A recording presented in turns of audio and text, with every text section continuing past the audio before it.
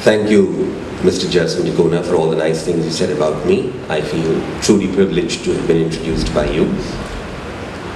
Reverend Father Principal, Reverend Father Rector, Reverend Father Provincial,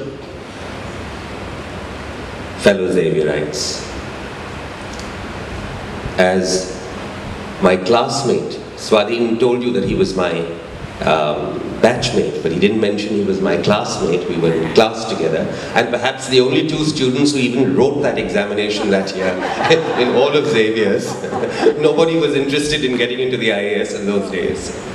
Anyway, as Swadin said, to be recognized and acknowledged as having achieved something in life by one's own alma mater is a priceless honor, because it is given either by people who have known you when you were young and foolish, or if they've not known you, people who have had more or less the same formative experience as you. And so this is a privilege to be treasured, a moment to be cherished, as I cherish this evening. Thank you for inviting me. Thank you for inviting me as a special guest. But more than anything, thank you for inviting me home. And I say this not figuratively, I mean it quite literally. You know, we in the IAS and the civil services are called boxwalas, because every 2 or 3 years we are transferred, and everything that we own, from a pin to a refrigerator, is packed up in boxes, and we move from place to place, and we and our families start a new life there. In my own 35 years of service, I've been transferred 12 times, and I am among the lucky ones. There are my colleagues who've been transferred 20 times. And so you don't really get to stay in any one place very long.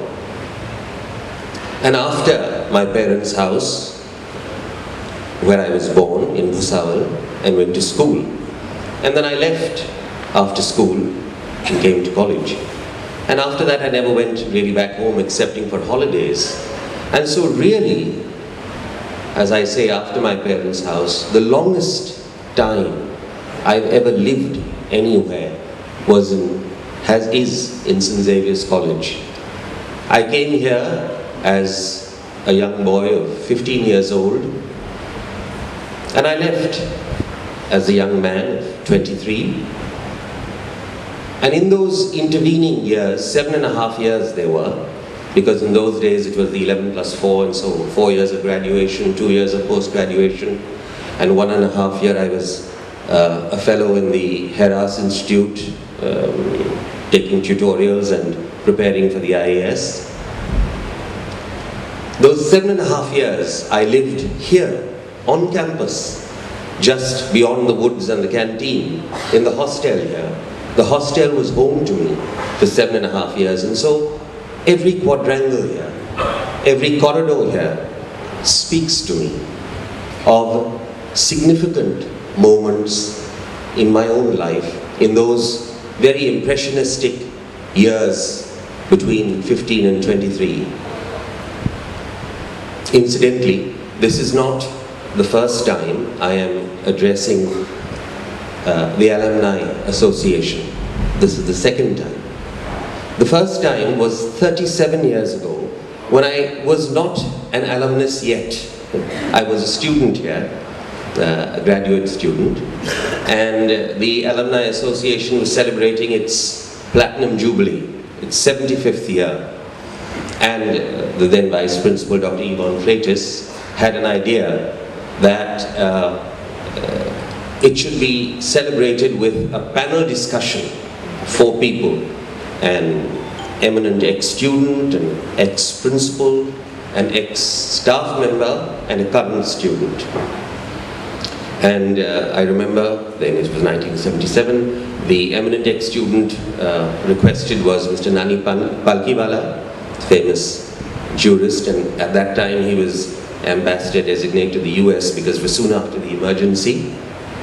The ex-principal was Father John Correa Afonso, who had been my teacher. He was my guide, he was my friend, he was my cousin, and he was also in many ways my role model. The ex-staff member was the legendary Professor Agia, who had also been my teacher, and he had also been a vice principal. Father Principal mentioned the tremendous role that vice principals play in the life of the college, and I am proud to say that Vivian Amonkar was my classmate.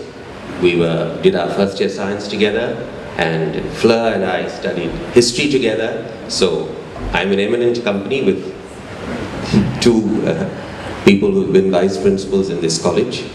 And of course the current student was yours truly.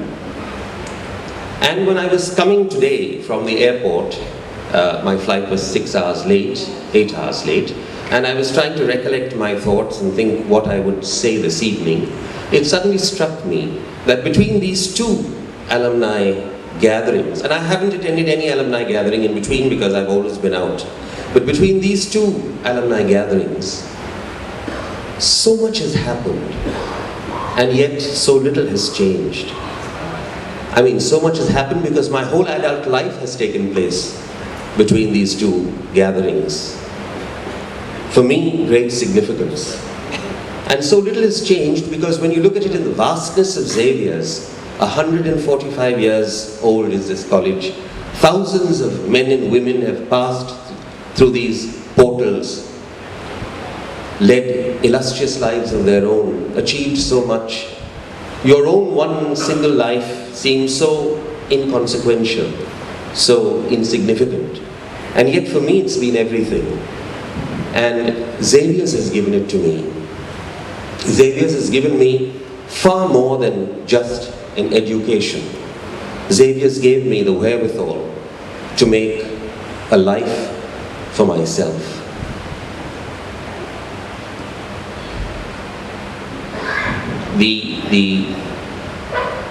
I am not a self-made man. You know, when Winston Churchill, his political opponent was claiming to be a self-made man, and the reporters asked Winston Churchill, what do you have to say about it? And with a deadpan face he said, no, I agree entirely that he's a self-made man, and with that he relieves the creator of a great responsibility. I have no intention of relieving either my creator or St. Xavier's College of any responsibility. For better, for worse, whatever I am, whatever I have done, I think Xavier's is responsible. The motto of Xavier's is, thank you. The motto of Xavier's is Provocans ad volandum, sometimes translated as encouraging to fly or enticing to fly. But for me it was never this. For me it was the more literal, provoking to fly. Because Xavier's didn't encourage me, it didn't entice me, it didn't facilitate me. Xavier's provoked me. I came, as I told you, a young 15-year-old from a Mufassal town like Busaul, and I found everything around me here provocative. And I'm not referring to the girls, I am actually referring to the staff, to the teachers, to the faculty, to the college, to the management, to the canteen, to the hostel, to the library, to the students. The entire atmosphere here was provocative. It provoked you to think, it provoked you to respond. The atmosphere was electric,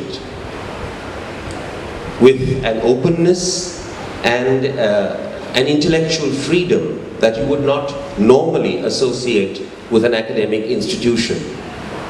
And in all this provocation, over the years that I was here, I learned to think for myself, I learned to respond, I learned to reason, and I learned to make informed choices.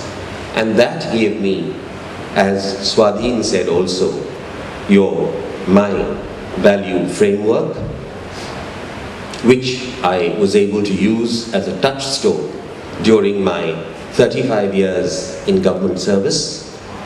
It hasn't always been easy, but it has always been very, very rewarding. And I must have done something right, otherwise I wouldn't be here before you, the recipient of your kindness and your generosity. Thank you very much.